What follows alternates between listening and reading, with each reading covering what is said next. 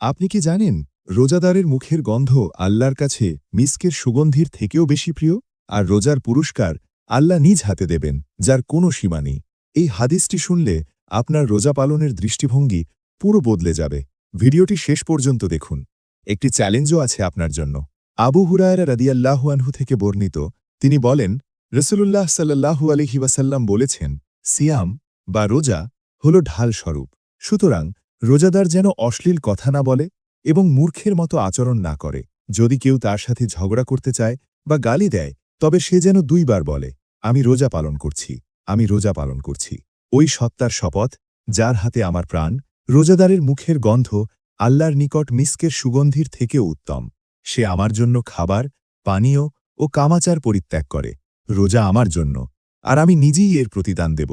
আর প্রতিটি নেক কাজের প্রতিদান 10 গুণ। সহিহ বুখারী, হাদিস নম্বর 1894। রোজা শুধু না খেয়ে থাকা নয়, এটা আমাদের জাহান্নাম থেকে রক্ষা করার ঢাল।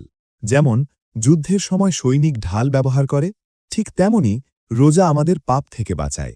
রসুল সাল্লাল্লাহু আলাইহি ওয়াসাল্লাম বলেন, রোজা রেখে অশ্লীল কথা বলবে না, গালি দেবে না, ঝগড়া করবে না। অনেকে মনে করে রোজা রেখেছি কিন্তু রাগ তো থাকবে না। রোজার আসল পরীক্ষা হল আচরণ নিয়ন্ত্রণ করা। কেউ যদি গালি দেয়, ঝগড়া করতে চায়, তখন শুধু বলবেন, আমি রোজা পালন করছি, আমি রোজা পালন করছি। এই কথা বললে আপনি নিজের নফসকে থামান আর আল্লাহর কাছে বড় মর্যাদা পান।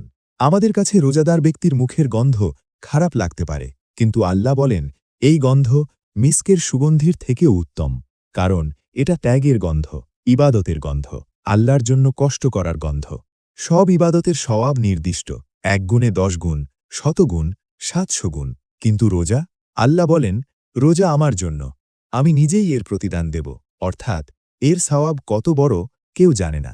এই হাদিস থেকে আমরা শিখি, রোজা শুধু না খাওয়া নয়, রোজা মানে চরিত্র গঠন, রোজা মানে আত্মসংযম, রোজা মানে আল্লাহর জন্য ত্যাগ। যদি রোজা রেখে গালি দিই, রাগ করি, হারাম দেখি, তাহলে রোজার আসল উদ্দেশ্য নষ্ট হয়ে যায়। এখন আপনার জন্য একটি চ্যালেঞ্জ। আগামী একদিন রোজা রেখে চেষ্টা করুন।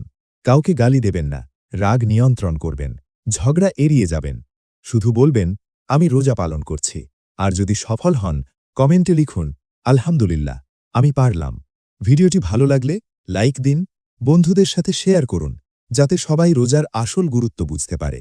আর যদি আপনি ইসলামিক জ্ঞানভিত্তিক ভিডিও পেতে চান, চ্যানেলটি ফলো বা সাবস্ক্রাইব করে পাশে থাকা বেল আইকনে চাপ দিন। আল্লাহ আমাদের সবাইকে কবুল করুন। আমিন।